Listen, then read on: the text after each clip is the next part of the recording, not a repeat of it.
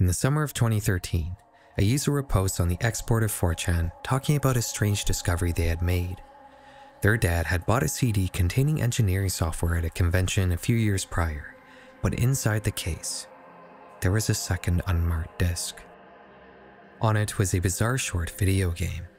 You're dropped into a crudely designed world where you can only really walk around a small area containing a couple buildings until some gray faces descend from the sky and begin following you. When they touch you, the game abruptly ends. If this sounds familiar, that's probably because I talked about it in my video about Russian internet mysteries. But today, I want to investigate an aspect of this game that leads down a completely different rabbit hole: the soundtrack. Pay close attention to the following audio.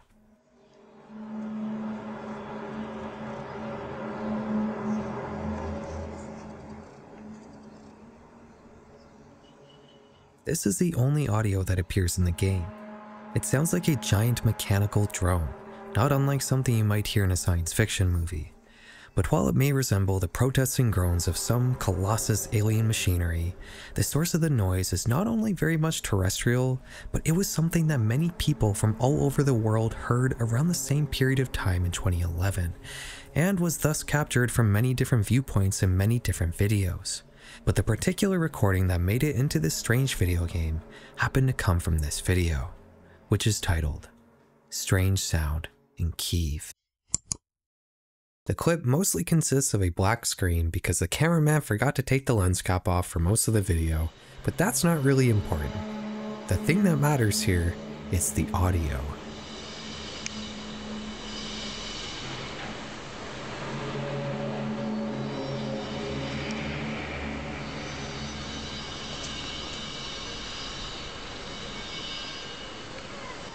Among the normal outdoor sounds of birds and wind, we can hear some huge resonating groan.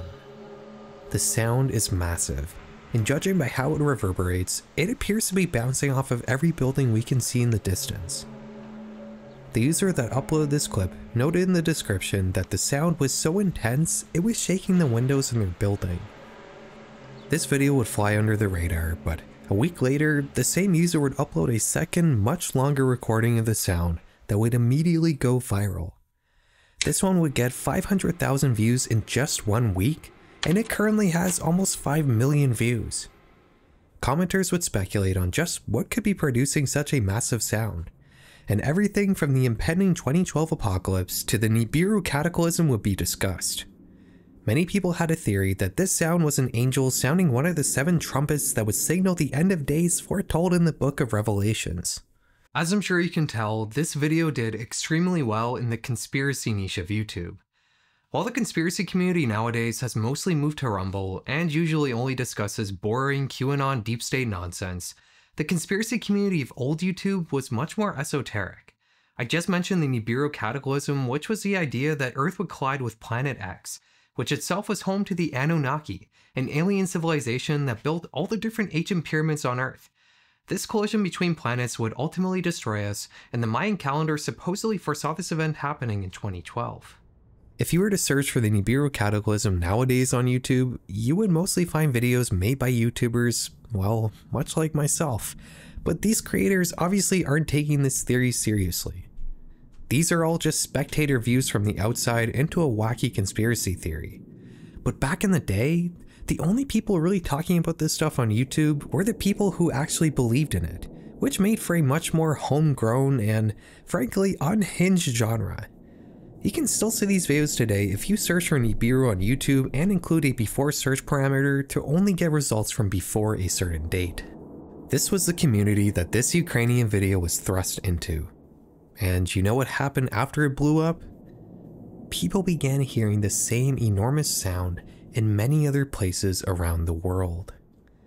Just 8 days later, a new video by a different channel would blow up.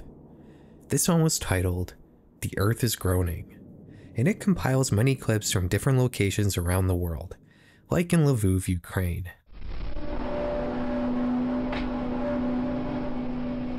Another recording comes from Port Colborne here in Canada.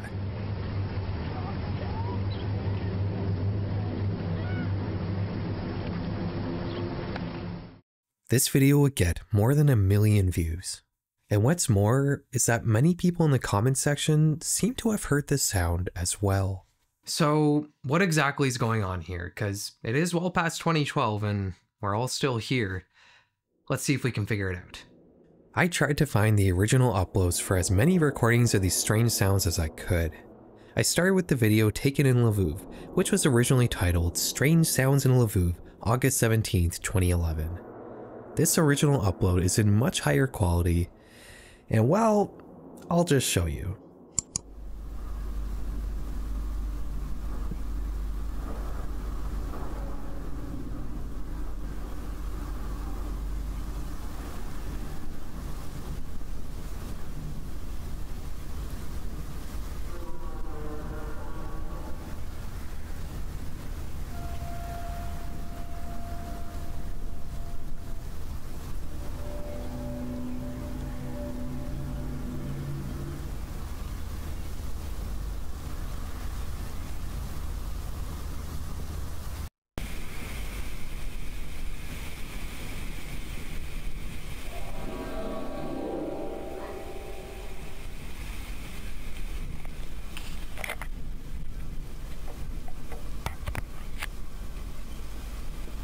In the distance, you can just make out a giant mechanical creature poking out of the fog.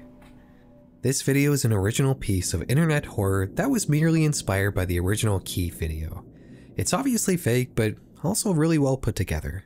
A few weeks ago, I was in Europe visiting family and I had a bit of a problem. You see, I was eagerly awaiting my chance to get a pre-order for Switch 2 as soon as it went live, but when the time came, all the Canadian stores that launched their pre-orders immediately began to geo-restrict their traffic, meaning I couldn't visit Best Buy or EB Games' website while I was outside of Canada. Normally, this would have been the end of my attempts to get a pre-order, but as you can see, I did manage to get it, and that's all thanks to today's sponsor, Private Internet Access. Private Internet Access is a VPN service that I've been personally using since 2014. If you don't know what a VPN is, it's like a server in a different country that you can redirect your personal internet traffic through, making it appear to everyone else that your traffic is actually coming from that server. There's numerous benefits to doing this, like increased privacy for example. When you use a VPN, people aren't going to see your real location information, but rather the info attached to the server you're using, which effectively masks your real identifying information and makes it much harder for a bad actor to track you down purely through the information attached to your internet traffic. Being able to spoof your location isn't just good for privacy, but also for accessing geo-restricted content. I just talked about being able to shop in a Canadian store while I was abroad in a way I wouldn't have been able to without a VPN. But you can also use private internet access to watch streaming platforms from other countries. For example, I used to live in Poland, and we would very often use private internet access to watch Crave, which is a Canadian streaming service that isn't normally available outside Canada, but it is if you use a VPN. I'm a longtime customer of Private Internet Access. I think they offer a great service for a fair price. One subscription protects an unlimited amount of devices at the same time, and it works for all platforms: Windows, macOS, Android, Linux, iOS, and many more. If you want to try it out, you can get an 83% discount on Private Internet Access by using my link, piavpn.com/PharrellMcGuire. That's only $2.03 a month. On top of that, you can also get an extra 4 months completely for free. Thank you to Private Internet Access for sponsoring this video. The original account that uploaded the Port Colborne video has been terminated, but I did find a re-upload, which is titled UFO Very Strange Phenomenon. The quality is much higher here, but unfortunately, I don't really have any answers to this one. I tried to see if the drone audio came from either of the Key videos, but it doesn't appear to. The only idea I have here is that if you speed up the audio by 4 times, it kind of sounds like an elephant.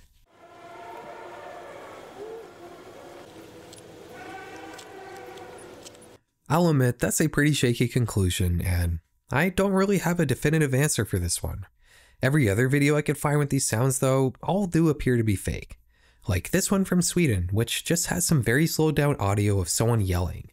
Or this one from Norway, whose creator actually later went and made a tutorial of how he faked the video. I'm guessing that after this Key video blew up, other people wanted to grab some attention by faking their own versions of it. But that still begs the question. Just what was happening in the original video? Somebody would make a thread on Reddit about the phenomenon, and they'd include links to many of these videos. The top comment here debunks almost all of them, but it's a comment further down written by a seismic analyst that I want to focus on. They say that it's very unlikely that this sound was organic. He thinks that it's most likely a man-made sound being warped by its environment. A commenter on a different thread would point out that a new underground station was being built in Kyiv at the time, and they were apparently using a tunnel boring machine, which is a massive and powerful machine that can carve large tunnels through solid rock. If we listen to the sounds in Kyiv carefully, it does sound pretty industrial. If we speed it up to make the sounds feel smaller, it almost sounds like metal rubbing on metal. Could all of this have just stemmed from a giant underground construction project? The thing is, there's not any actual conclusion to this mystery. Nobody was ever able to find a definitive source for the sound, and we still can't rule out that this original video was a fake as well. If there really was such a large sound happening for days on end, you would probably find some news articles about it and probably more recordings, right? But anything I can find about this online seems to only link back to these two videos, and I did try searching in English, Russian, and Ukrainian.